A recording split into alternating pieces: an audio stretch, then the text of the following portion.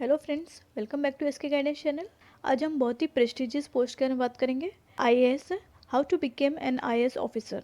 बहुत सारे कैंडिडेट का ड्रीम होता है फ्रेंड्स कि हमें आईएएस ऑफिसर बनना है, लेकिन उसके क्या प्रोसीजर होते हैं, क्या एलिजिबिलिटी क्राइटेरिया होती है, या अगर हमें करेक्ट टाइम पे पता होगा तो हम उसके लिए प्रिपरेशन स्टार्ट कर सकते हैं और वो अचीव भी कर सकते हैं। ये बहुत ही प्रेस्टिजियस जॉब तो है friends.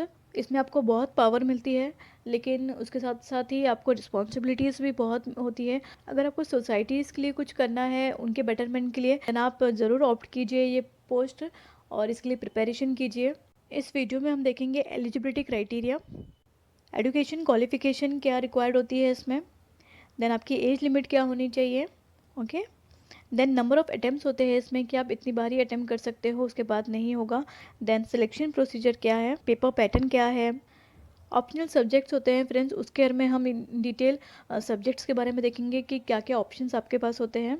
Then we will talk about the salary, okay. As a fresher आपको कितना आपको सैलरी होगी in and after some experience आपकी सैलरी क्या होती है। एंड और भी बहुत सारे पॉइंट्स हम इस वीडियो में कवर करेंगे ताकि एक कंबाइंड डिटेल वीडियो आपको मिल सके about IAS officer. So if you are interested, आपका ड्रीम है आपको आईएएस ऑफिसर बनना है, देन आप ये वीडियो कम्प्लीटली देखिए ताकि आपके सारे डाउट्स क्लियर हो सके और आप एक प्रॉपर डिसीजन ले सको। ओके, चलिए स्टार्ट करते हैं।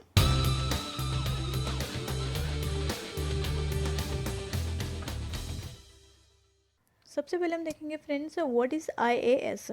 IAS stand for Indian administrative service. IAS come under the civil service and civil service are conducted by UPSC, okay. As you know, civil service में आईएएस, आईपीएस, आईएफएस ये सारी post आती हैं, लेकिन सबसे टॉप मोस्ट जो होता है वो आईएएस होता है। तो उसके लिए आपको सिविल सर्विस का एग्ज़ाम देना होता है, सीएससी, जो कि यूपीएससी कंडक्ट करती है, okay. This picture is of Pranjal Patil. She is first visually challenged woman IAS officer appointed as sub collector in Kerala. इस स्लाइड दिखाने का मेरा मोटिव यह है कि physically challenge candidates are eligible for IAS officer post, okay. So आप उसके लिए compete कर सकते हो, एग्जाम दे सकते हो, you are very much eligible for this post. And बहुत सारे पीएच कैंडिडेट्स के लिए प्रांजल पाटिल एक बहुत ही बड़ा मोटिवेटर है। इन्होंने 2 बार एग्ज़ाम दिया था, 2016 में एंड then second was 2017. 2016 में she scored around 744 rank and in a second attempt she secure a 124 rank. ऐसे बहुत सारे आईएएस ऑफिसर है फ्रेंड जो बहुत ही यंग एज पे उन्होंने एग्ज़ाम क्रैक किया है और वो पोस्ट पे अपॉइंट हुए हैं। आगे हम इन डिटेल देखते हैं about the eligibility criteria. Okay, सबसे पहले हम एलिजिबिलिटी क्राइटेरिया देखते हैं फ्रेंड्स कि आपका क्वालिफ़िकेशन क्या होना चाहिए।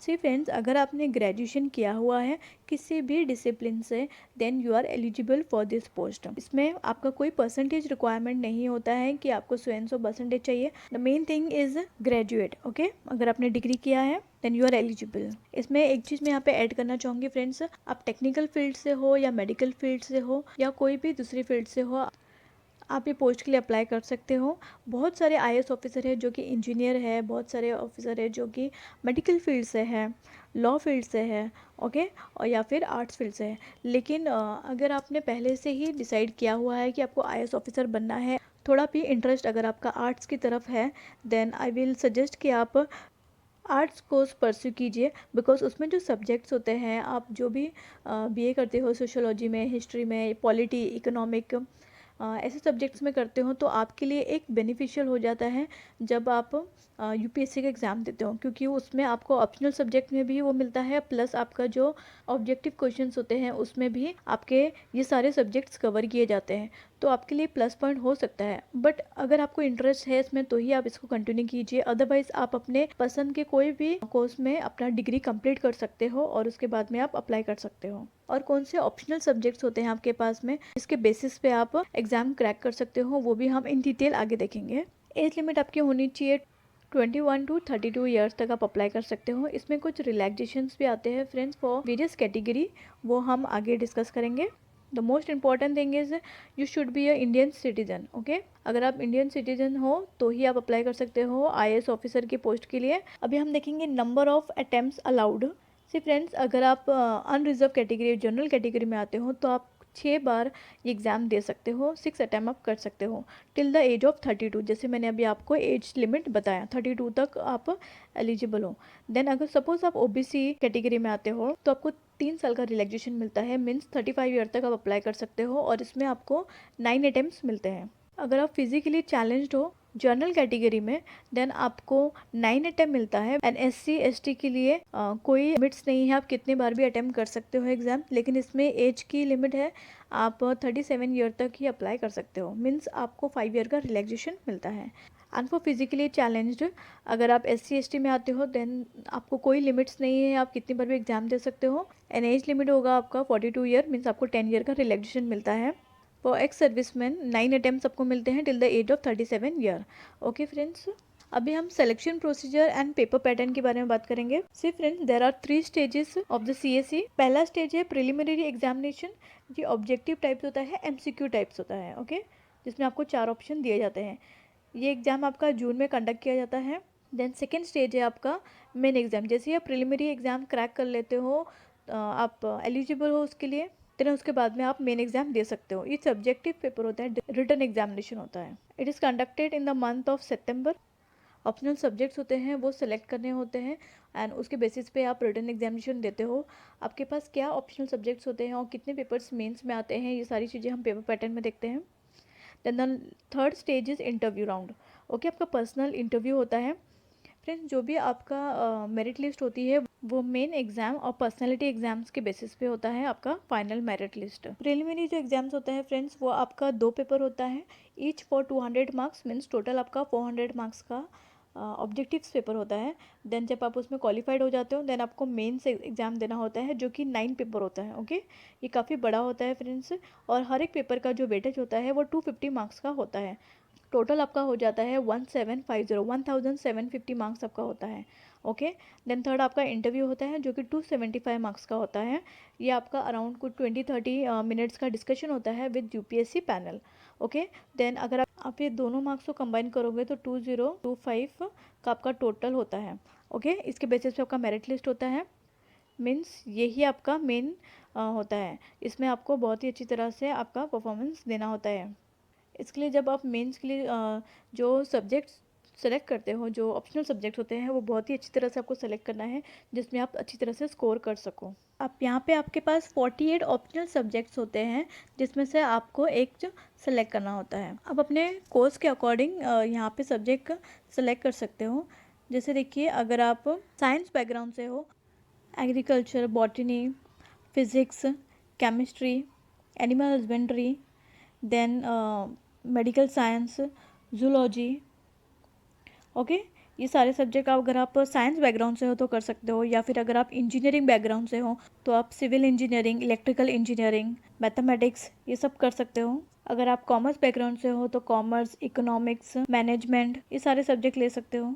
अगर आप आर्ट्स बैकग्राउंड से हो तो आपके पास बहुत सारे ऑप्शन होते हैं फ्रेंड्स। आप geography, physiology, public administration, psychology, history, sociology, बहुत सारे ऑप्शंस होते हैं फ्रेंड्स। आप ये सब ऑप्ट कर सकते हो।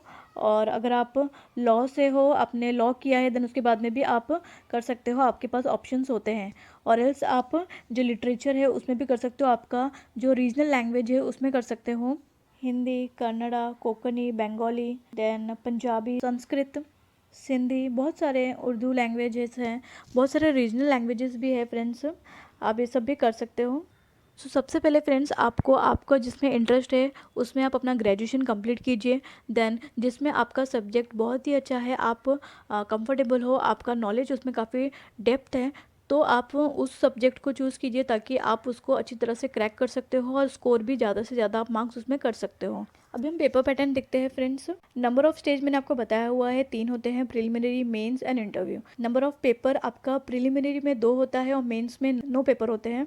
जो आपके प्रिलिमिनरी एग्जाम्स के जो मार्क्स होते हैं वो पेपर 1 के होते हैं +2 एंड पेपर 2 के होते हैं 2.5 मार्क्स। इसमें नेगेटिव मार्किंग होता है फ्रेंड्स, 1/3 आपका मार्क्स अलोकेट होता है for each question. Then duration जो होता है आपका प्रीलिम्स में आपका 2 आवर्स होता है ईच पेपर के लिए, मेंस के लिए 3 आवर्स होता है फॉर ईच पेपर।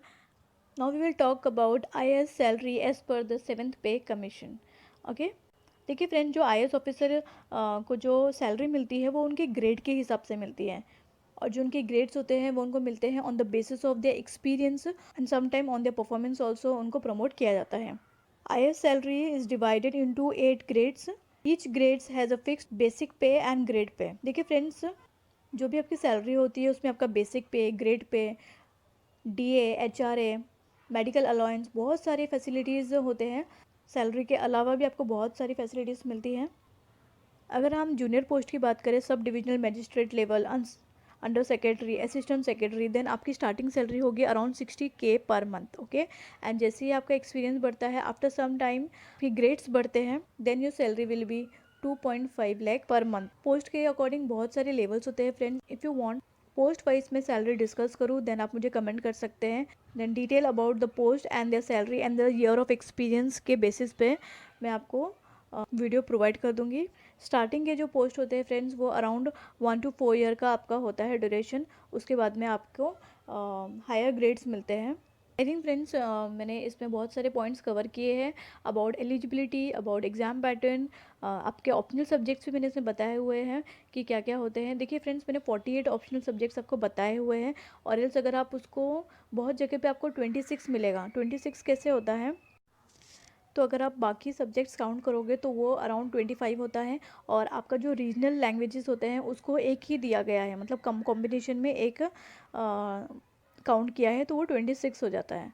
सो मैंने यहाँ पे आपको सारे रीजनल लैंग्वेजेस भी क्या क्या प्रोवाइड किए हैं वो सारे दिए हैं, इसलिए वो 48 हो गए। ओके, अगर आपका ड्रीम है फ्रेंड्स, आपका गोल है कि आपको IAS ऑफिसर बनना है और सोसाइटी के लिए कुछ करना है, देन आप ज़रूर इसके लिए एग्ज़ाम दीजिए, क्रैक कीजिए। ये से बहुत ही टफेस्ट एग्ज़ाम है क्रैक करना, लेकिन अगर आप स्ट्रैटेजी के साथ करोगे और आप अपने फाइनल ईयर से भी अप्लाई कर सकते हो। सपोज़ आप अपना फाइनल ईयर में हो आप, तो भी आप इसके लिए अप्लाई कर सकते हो और इसका एग्ज़ाम दे सकते हो। इसके लिए आपको proper planning and proper strategy होनी चाहिए। अगर आपको सारे प्रोसीजर पता होंगे कि क्या प्रोसीजर है, क्या क्या रिक्वायरमेंट होती है, देन उसके बेसिस पे आप अप्लाई कर सकते हो। अटेम्प्ट्स आपको पता चल गए हैं, तो आप उस अटेम्प्ट्स वेस्ट मत कीजिए, उसके अकॉर्डिंगली आप अप्लाई कीजिए। आई होप फ्रेंड्स ये वीडियो आपको अच्छी लगी होगी, तो ज़रूर इसे लाइक कीजिए, शेयर कीजिए अपने फ्रेंड्स के साथ में, उनकी भी हेल्प कीजिए। एंड अगर आपने अभी तक मेरे चैनल को सब्सक्राइब नहीं किया है, फर्स्ट टाइम विजिट कर रहे हो, तो ज़रूर सब्सक्राइब कर लीजिए, ताकि कोर्सेज से रिलेटेड वीडियो और जॉब से रिलेटेड वीडियो आपको मिलती रहें। Okay, thank you so much friends for watching this video. All the best.